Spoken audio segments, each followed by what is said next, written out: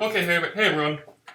So I had a couple questions on how to pan your audio in Audacity.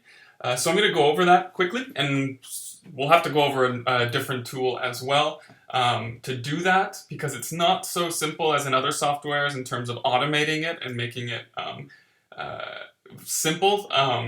So we're gonna get into how to pan, and through that we'll learn how to use this other tool, which is called the envelope tool. And what the envelope tool is, it actually allows you to change the audio levels of certain sections of your audio. So like directly on the track, you can actually change the audio levels directly on the track. So this is the envelope tool, and you see if I click on the audio, it envelopes the waveform in these two blue bars, and this allows you to. So you see, if I click on, it adds these keyframes here. These are keyframes, these little circles. If I click on these keyframes and I move them up and down, then it changes the level of the entire track. But if I add another keyframe here, you see, it will now affect the audio level where this new keyframe is. And this can allow you to make fades or slowly fade out or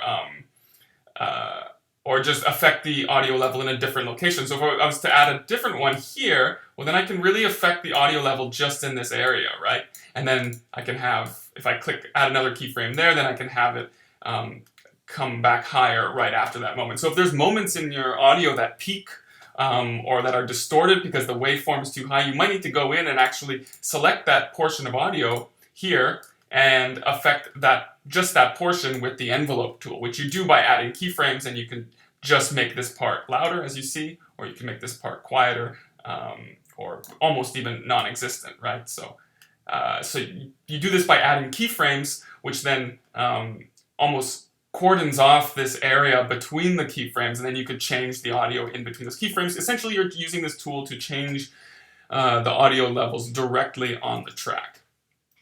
But how does this factor into panning? So let's see how that works. Let me just go back here, get rid of all my keyframes. Okay. So before we start, we're going to need to duplicate this track because there is no tool like the envelope tool which works for levels. There's no tool like that for panning, unfortunately. Other software, you have a pan tool and it allows you to add keyframes for the panning. But Audacity doesn't have that, unfortunately. So we need to duplicate this track. And if I go up to Edit, and if I select the whole track and I go up to Edit and I choose Duplicate, you see it makes a duplicate of this track right below it. Now to change the panning of your audio clip, of just one audio clip, this is where you find that tool. It's right underneath this level, right underneath the gain, you have the pan. So if I move it to the left, then that means this stereo file will, all of the audio will be coming through the left channel or the left speaker. If I move it to the right, it does the same thing, but for the right channel or the right speaker. If it's in the center, then it's all coming evenly through both speakers or both channels. But if you want an audio piece to slowly move to one side and then come back to the other and kind of feel like it's shifting sides, well then we need to mix this pan tool and these pan settings with the envelope tool. So what I'll do first is I will pan this top track all the way to the left, and I'll pan this bottom track all the way to the right. So this one is coming through the right channel, and this one is coming through the left channel. Now in order to make it feel as if it's moving from one channel to the other, well then I need to slowly fade in and fade out sections of this audio, right? Of both of these audios. So what I'm going to do is I'm going to add a keyframe here. I'm going to add one at the beginning as well. So I'm going to make sure this is back up to its normal level. And then I'm going to change this keyframe to make it so that the audio completely,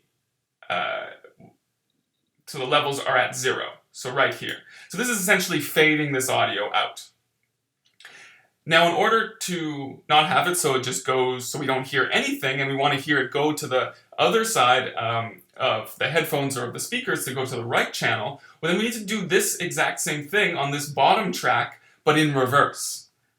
So we'll add the keyframes, and so it's in reverse, so we're going to add bring this one up all the way, and we're going to bring this one down all the way, or to the level that we want. You kind of want it to match, right? You want it to match a similar fade in, fade out as the one above it. You want it to be similar, but essentially you're fading out the left channel and you're fading in the right channel.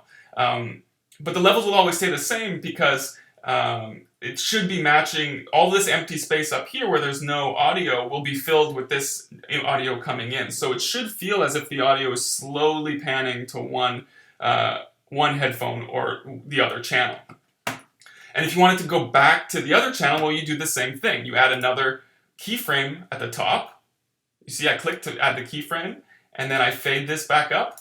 And I do the same thing, but in reverse on the track at the bottom. And I fade this one out.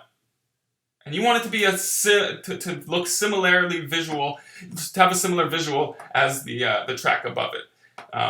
And so this is how you would do it. You might need to go in and be a bit more precise and add more keyframes and be like, okay, well, this needs to just come down a little slower, and it fades out a little too quickly. So you might need to go in and use your keyframes to affect the levels of each track more precisely. But essentially, in order to get this panning effect in Audacity, you have to fade in the audio on one channel and fade out the audio on the left channel. So you're fading in the audio on the right channel and fading out the audio on the left channel. And those match up to create the illusion as if the audio is slowly shifting sides. So that's the basics of how to pan. I've also uploaded a tutorial from YouTube that goes over it probably in a bit more detail and maybe a bit clearer than I did. But that's the essentials of panning and the essentials of the envelope tool, which is helpful for you if you find portions that are much too loud in your audio and you need to use the keyframes to bring down just that section of your track down a bit.